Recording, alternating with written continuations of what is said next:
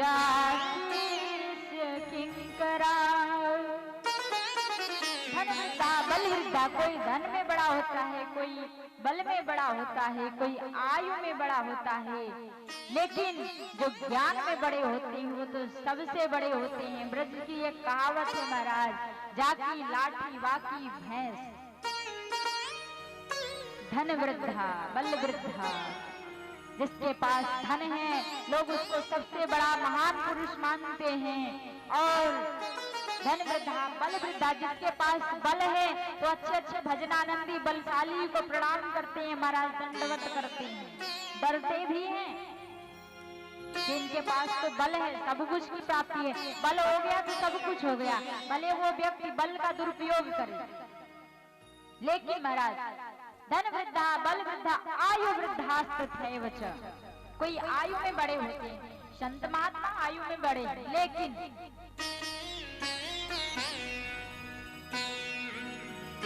ज्ञान वृद्धा, ज्ञान में जो बड़े हैं, तो ज्ञान में तो बड़े हैं श्री सूत जी महाराज। 88,000 संतगण विराजमान हैं, लेकिन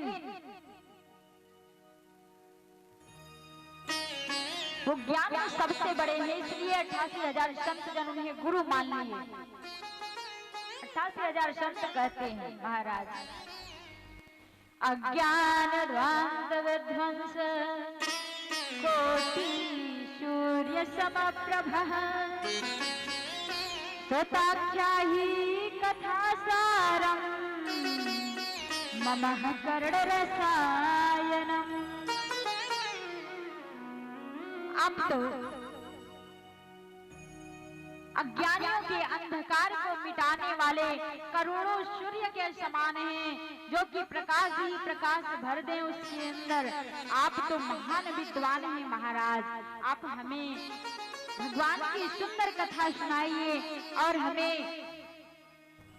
किसी चीज की जरूरत नहीं है संसार में।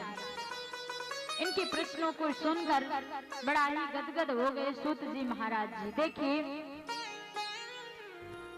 इस संसार में भवरोग लोगों को सता रहा है, काम क्रोध मद मोह लोभ मद मात्सर्य, और इसको मिटाने वाले जब से ये आया है, इसको मिटाने वाले दुनिया मिट गई, लेकिन ये नहीं मिटेगी, वैसे वैसे है। जैसे डायबिटीज जो बीमारी होती है जी, क्या बोलते हैं उसको, शुगर की बीमारी, आजकल दुनिया को सता रही है। वो बीमारी कभी ठीक नहीं हो सकती। व्यास जी से किसी ने पूछ दिया, महाराज जी इस बीमारी का कोई दवा भी है, ठीक होगी कि नहीं? व्यास जी बोले, भैया ये बीमारी तो कंट्रोल में हो सकती है परहेज करने पर, लेकिन ये जड़ से जा नहीं सकती, इसकी गारंटी मैं नहीं ले सकता।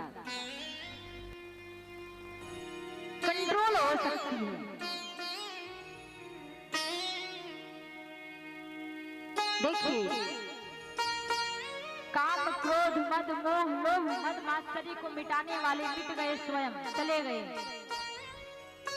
डायबिटीज बचा, शुगर की बीमारी दुनिया को रुला रही है, सता रही है, बहुत दवा खा रहे हो दिन रात, लेकिन ठीक नहीं हो रहा है, थोड़ा सा कंट्रोल है।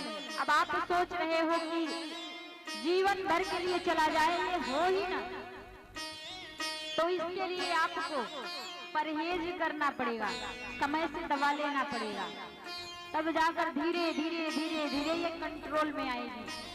अब वो दवा का नाम बता दें आपको जी, दवा का नाम सुनोगे, सत्संग रूपी दवा को नियम से लो। और परहेज इसका क्या है आपको पता है?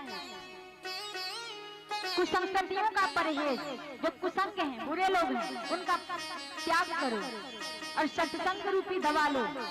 यही आपका परहेज हो गया, यही आपका कंट्रोलिंग हो गया।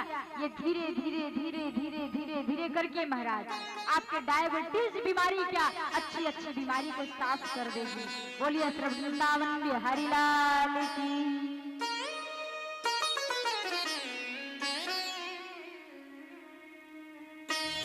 श्री सूत जी महाराज शंकादिक ऋषियों को कथा श्रवण कराने लगे महाराज। बताते हैं परीक्षिते कथा वक्तुम सभायां संस्थिते सुखे सुधा कुंभं गृहीत्वैव देवास्तत्र समागमन्। एक बार की बात है, श्री सुखदेव जी राजा परीक्षित को जब कथा श्रवण करा रहे थे जी, तो उसी समय देवता जो है अमृत कलश लेकर जा रहे थे और उनकी नजर पड़ गई नीचे की तरफ कि कोई कथा का पान करा रहा है किसी को।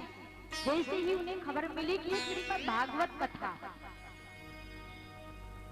का पान करा रहे हैं श्री सुखदेव जी राजा परीक्षित को, तो वो आते हैं श्री सुखदेव जी के पास।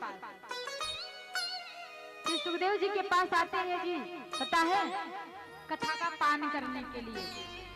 देखिए, कभी कहीं भी जाओ तो खाली हाथ नहीं जाना चाहिए। कथा में जाओ, किसी मंदिर में जाओ, कन्या के विवाह में जाओ, कहीं भी जाओ तो कुछ न कुछ लेके जाते हैं, खाली हाथ नहीं जाते। तो जो देवता हैं वो भी खाली हाथ नहीं आए, वो भी कलश में अमृत लेकर आ रहे हैं देने के लिए। अब यहाँ आए तो श्री सुखदेव जी बड़ी आश्चर्य हो गए, देवता लोग ऊपर से नीचे क्यों आ गए। अब ये ऊपर से ही विचार बना लेते हैं कि ये श्री सुखदेव बहुत चालाक हैं, ये कथा देगा नहीं, स्पेशल कथा नहीं सुनाएगा, ये स्पेशल फॉर यू मेरे लिए थोड़े ही बनाए।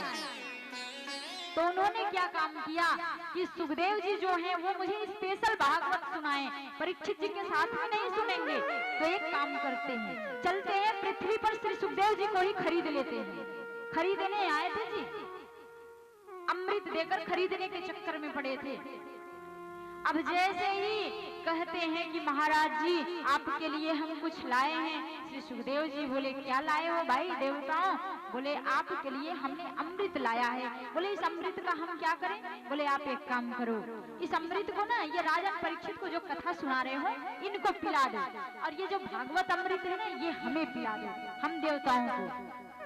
तुरंत श्री सुखदेव जी समझ जाते हैं, बोले अरे ठगियों, हम ही बचे थे ठगने के लिए, मुझे ठगने के लिए आए हो। समझ गए कि कोई कीमती वस्तु बिना कारण का कोई किसी को दान में नहीं दे सकता। पूछ देते हैं कि इसके बदले में तुम्हें क्या चाहिए? बोलते हैं मुझे भागवत अमृत का पान कराओ। उनके अंदर छल रहता है, कपट रहता है। महाराज वो सुधा कुंभ लेकर आए रहते, अमृत का घड़ा। श्री सुखदेव जी उनको भगा देते हैं, यहाँ से भाग जाओ ठगियाओ, तुम लोग ठगने आए हो मुझे, तुम कथा सुनने के पात्र नहीं हो।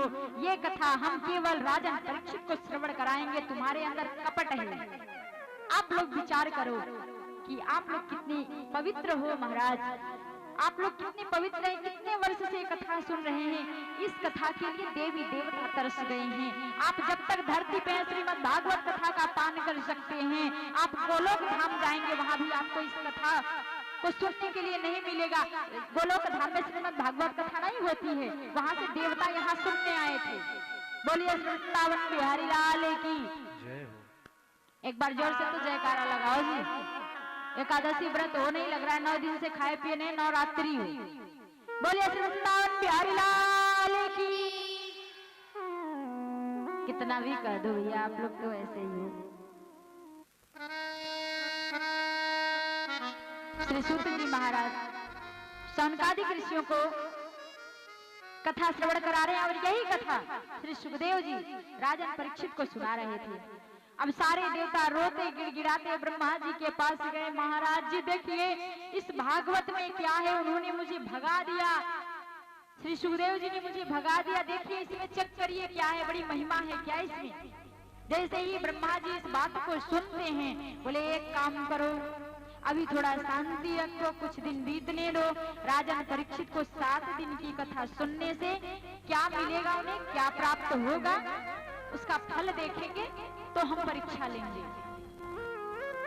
अब जैसे ही 7 दिन की कथा पूरी होती है महाराज, राजा परीक्षित की मुक्ति होती है, तो ब्रह्मा जी क्या काम करते हैं, एक तराजू उठाते हैं और एक तराजू के पल्ले पर श्रीमद् भागवत जी को विराजमान कर देते हैं, और एक पल्ले पर संसार के समस्त साधन को वेद पुराण उपनिषद शास्त्र सबको रख देते हैं। और जैसे ही पल्ला को उठाए तराजू को तौलना शुरू किए तो श्रीमद् भागवत जी नीचे की ओर बैठ गए और सारे जो संसार के साधन थे, सनातन धर्म के जितने साधन थे, सब ऊपर की ओर उठ गए महाराज। तुरंत ब्रह्मा जी समझ गए, देवताओं ये कोई साधारण पोथी पत्रा नहीं है, ये कोई ग्रंथ किताब नहीं है, ये स्वयं साक्षात श्री राधा रानी और बांके बिहारी श्रीमद् भागवत महापुराण में विराजमान है, इन्हें कोई तौल नहीं सकता। बोलिए वृंदावन बिहारी लाल की। आज की कथा यहीं पे हम विराम दे रहे हैं जी, और कल थोड़ा समय से आप लोग आ जाना, हम 12 बजे बैठ जाएंगे, कथा पूरी करनी है और समय से आएंगे तभी कथा होगी जी। कल की कथा जो है बहुत सुंदर कथा होगी, जो है कि धुंधली आत्मा